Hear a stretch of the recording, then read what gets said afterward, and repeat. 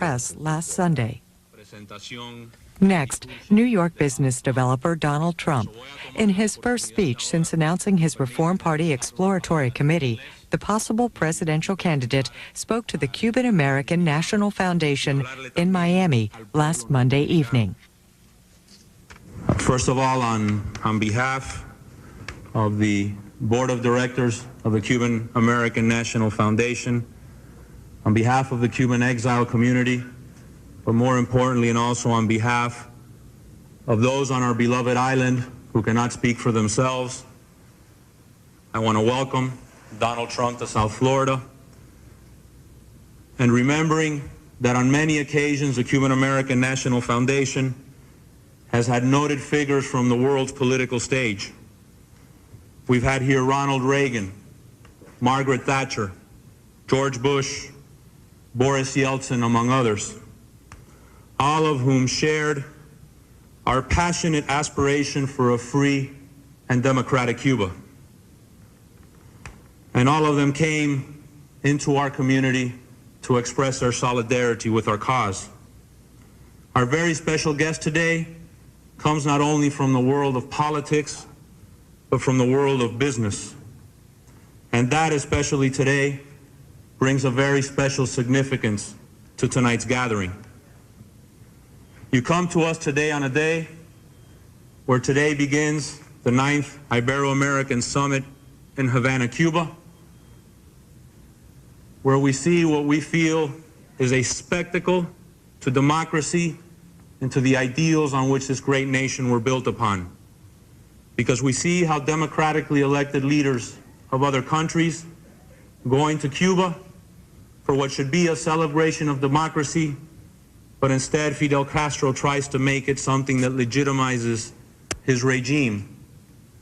We see how our brothers and sisters on the homeland are jailed, are not allowed to voice their opinions, and today cannot speak for themselves on the island of Cuba. And today, Mr. Trump, you have here in this crowd the men and women of Cuba, the true victims of Castro's regime.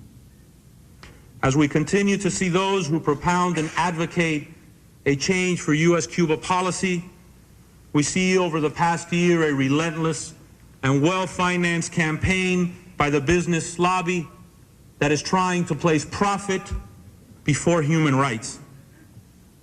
And all they seek is a unilateral lifting of the U.S. embargo and to try to support the last dictatorship in the Americas, the Castro regime. 10 years after the fall of the Berlin Wall, the dream of a free Cuba has yet to become a reality. But the world can rest assured that this community, that all Cubans, those in the island and those outside, we are going to continue our fight, and we will continue to struggle until our homeland is free.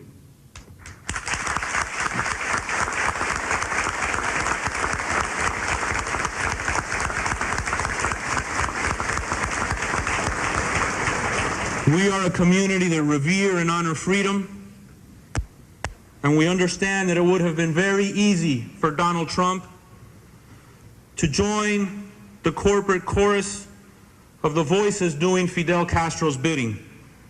The Castro lobby would rush to fet him very much like they have in recent days the Republican governor of Illinois.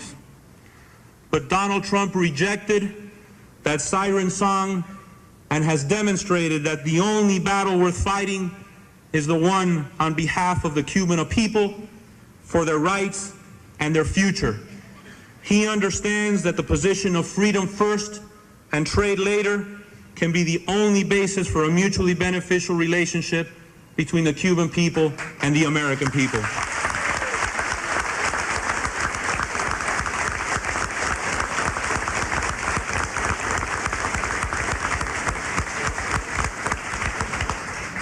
We have seen the attempts by this administration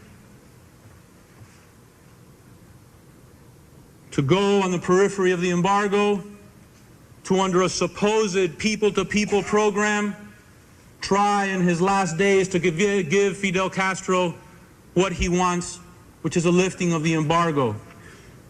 We denounce the Clinton administration for their approaches to Fidel Castro, and he must understand that we will not permit or allow that the embargo be lifted on the backs of the Cuban people.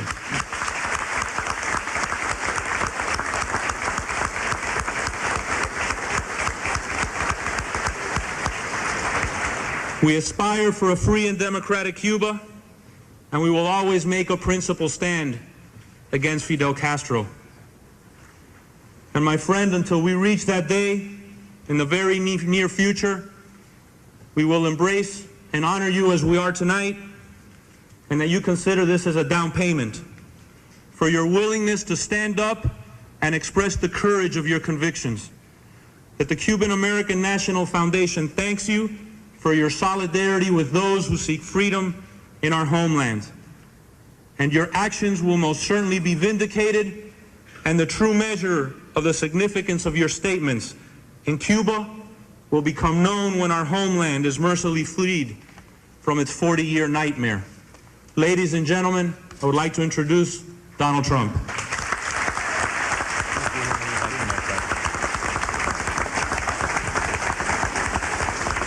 Thank you very much.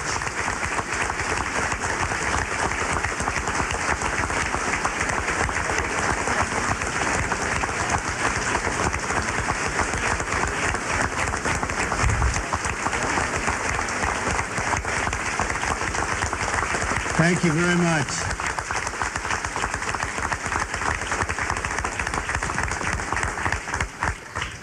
So what Jorge is saying is that when Cuba's free, I get the first hotel? Is that true? Sounds like a good deal to me. Well, this all began as just a little talk. I was going to come down from Palm Beach real quick and speak in front of 100 people.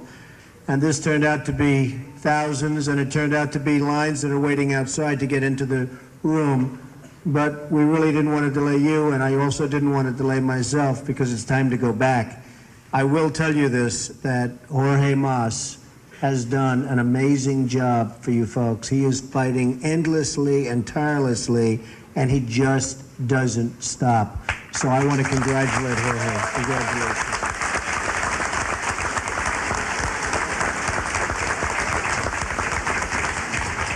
I've had a lot of offers, and sadly it's all been very recently, to go into Cuba on deals, business deals, real estate and other deals.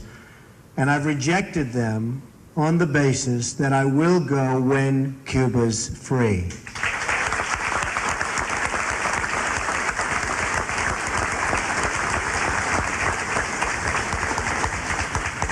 As you know, and the people in this room know better than anyone, putting money and investing money in Cuba right now doesn't go to the people of Cuba. It goes into the pockets of Fidel Castro.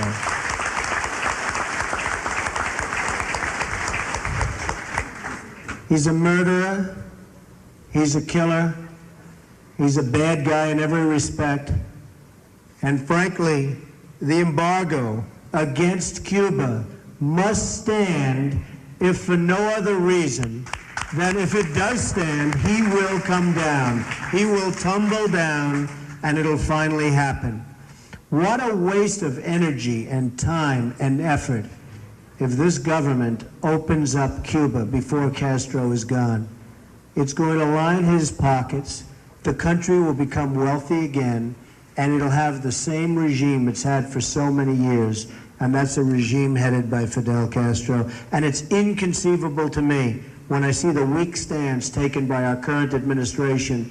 Inconceivable that this can happen, especially with the spirit in this room, because the spirit of the Cuban people is beyond any spirit that I've seen by any people, and I've been watching it for a long time.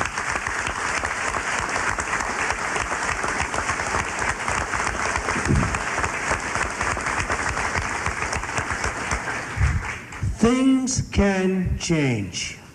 I'm in a city called New York City, where I spend most of my time, and I'll tell you that in the early 90s, New York City was in terrible, terrible shape. People would say, what do you do? And I'd say, well, I'm a developer in New York. And they'd say, gee, that's too bad. It had a terrible image, a terrible reputation. Crime was through the roof. Every problem you could have, it had. And now, just really a few years later, we have the greatest and the hottest city in the world. Everybody wants to be there. Everybody loves it. And the change has been unbelievable. In the early 90s, and I'll tell you this little story. I've said it a couple of times before, but not often. But in the early 90s, to show you how bad things were in New York, I was walking down the street with a young and very beautiful woman named Marla. Did anybody ever hear that name before? And I was on 5th Avenue and 57th Street, and I pointed to a man across the street right in front of the doorway to Tiffany. And I said, "Do you know who that man is?" And she said, "Yes. Isn't it a shame? He's a beggar." And I said, "Well, do you know that he's worth $900 million more than I am?" And she looked at me somewhat naively, although perhaps she wasn't as naive as I thought. And she said, "What do you mean, Donald? He's not worth $900 million, is he?" I said, "No. Let's assume he's worth nothing, monetarily, of course. But I'm worth right now minus $900 million. And you know, she didn't run away. She didn't run down the street. Perhaps it would have been a good thing. And that's where we were in New York. That was the early 90s. The city was a disaster.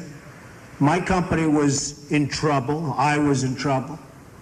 And today, my company is much bigger and stronger, wealthier, by any definition you want to go, than it was in the 1980s, which everybody thought was such a good time.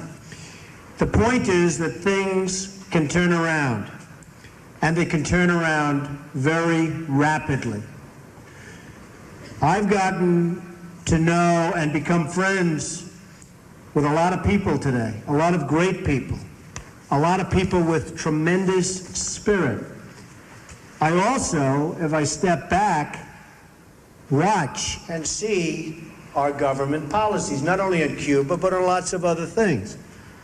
And it's not policy by common sense, because we don't have too much common sense in our government.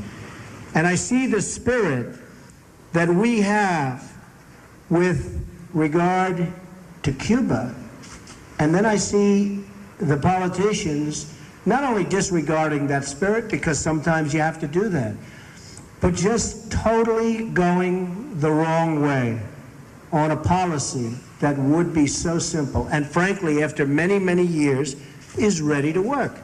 And that's the opening up of Cuba to investment by people such as myself and lots of others.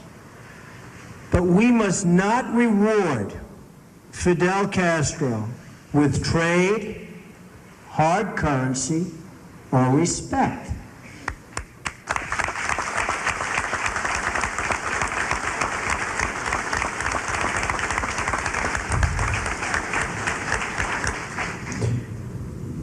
Castro's jails are full of dissidents, as you know very well. His graveyards are full of patriots, and his government is full of thugs. And we can't allow him to get away with this program of coming to this country, hiring our best consultants, hiring our best lobbyists, and all of a sudden, senators and various other people that we've been knowing about and hearing about for years miraculously are on the side of Fidel Castro and fighting Jorge and fighting all of the people that, frankly, were at one point doing perfectly, and now the battle is almost getting tougher, and it should be a battle that would be won or almost won by now. So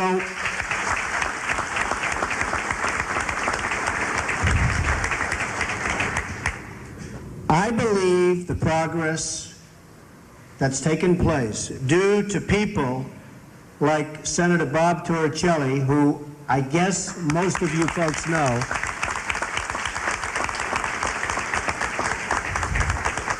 I believe that you will have victory. I believe you'll have victory sooner rather than later. Now, I saw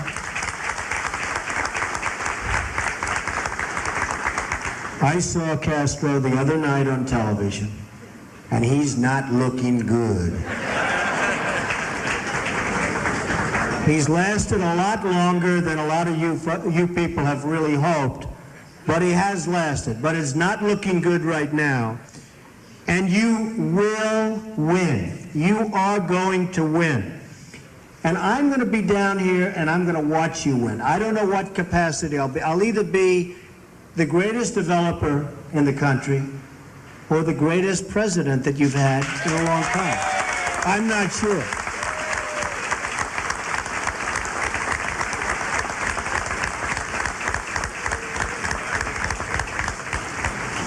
I do know that if I could meet Castro right now, something I'd prefer not have to do, but if I could meet Castro right now, I'd have personally 2 words for him.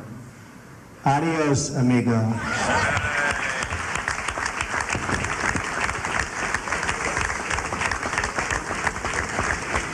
This trip has been very unusual. I'm very spoiled. I live in a large house up the road in Palm Beach, and I came down. Your police force has been phenomenal. I've never gone from point A to point B so quickly in my life. I didn't even know we were here. It was incredible. But they have been amazing, and I want to just compliment them. Really professionals. But I've learned a tremendous amount. Jorge has taken me to I have met more Cubans than I knew existed here. And they are great people. And now I'm friends, and I'm going to be here whenever you need me.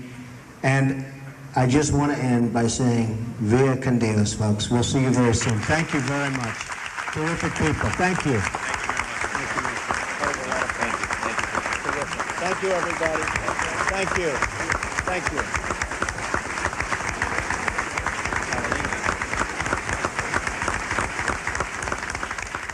Donald Trump made his remarks last Monday evening in Miami. The New York businessman is considering a Reform Party presidential bid in 2000.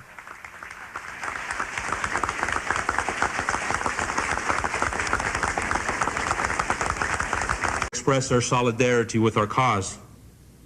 Our very special guest today comes not only from the world of politics, but from the world of business. And that, especially today, brings a very special significance to tonight's gathering. You come to us today on a day where today begins the 9th Ibero-American Summit in Havana, Cuba, where we see what we feel is a spectacle to democracy and to the ideals on which this great nation were built upon. Because we see how democratically elected leaders of other countries going to Cuba for what should be a celebration of democracy, but instead Fidel Castro tries to make it something that legitimizes his regime. We see how our brothers and sisters on the homeland are jailed, are not allowed to voice their opinions, and today cannot speak for themselves on the island of Cuba. And today, Mr. Trump, you have here in this crowd the men and women of Cuba, the true victims of Castro's regime. As we continue to see those who propound and advocate a change for U.S.-Cuba policy, we see over the past year a relentless and well-financed campaign by the business lobby that is trying to place profit before human rights. And all they seek is a unilateral lifting of the U.S. embargo and to try to support the last dictatorship in the Americas, the Castro regime. 10 years after the fall of the Berlin Wall for themselves, I want to welcome Donald Trump to South Florida, and remembering that on many occasions the Cuban American National Foundation has had noted figures from the world's political stage. We've had here Ronald Reagan, Margaret Thatcher, George Bush, Boris Yeltsin, among others, all of whom shared our passionate aspiration for a free and democratic Cuba. And all of them came into our community to press last Sunday. Next, New York business developer Donald Trump. In his first speech since announcing his Reform Party Exploratory Committee, the possible presidential candidate spoke to the Cuban American National Foundation in Miami last Monday evening. First of all, on behalf of the Board of Directors of the Cuban American National Foundation, on behalf of the Cuban exile community, but more importantly and also on behalf of those on our beloved island who cannot speak